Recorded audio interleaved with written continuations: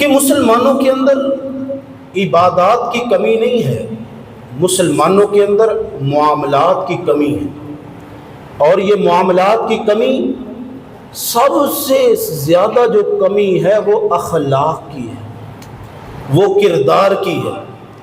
اللہ پاک قرآن میں کیا فرماتے ہیں؟ انما المؤمنون اخوہ، کہ مسلمان آپس میں بھائی بھائی ہیں۔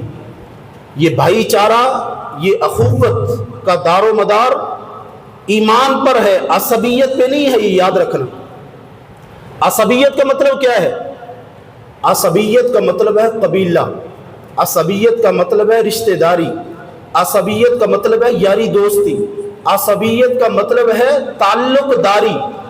فرمایا بھائی چارہ اور برابندی، اخوت، یہ اس بنا پہ نہیں ہے۔ اللہ نے یہ حکم فرمایا ہے کہ اے ایمان والو، تم آپس میں ایمان کی وجہ سے بھائی بھائی ہو۔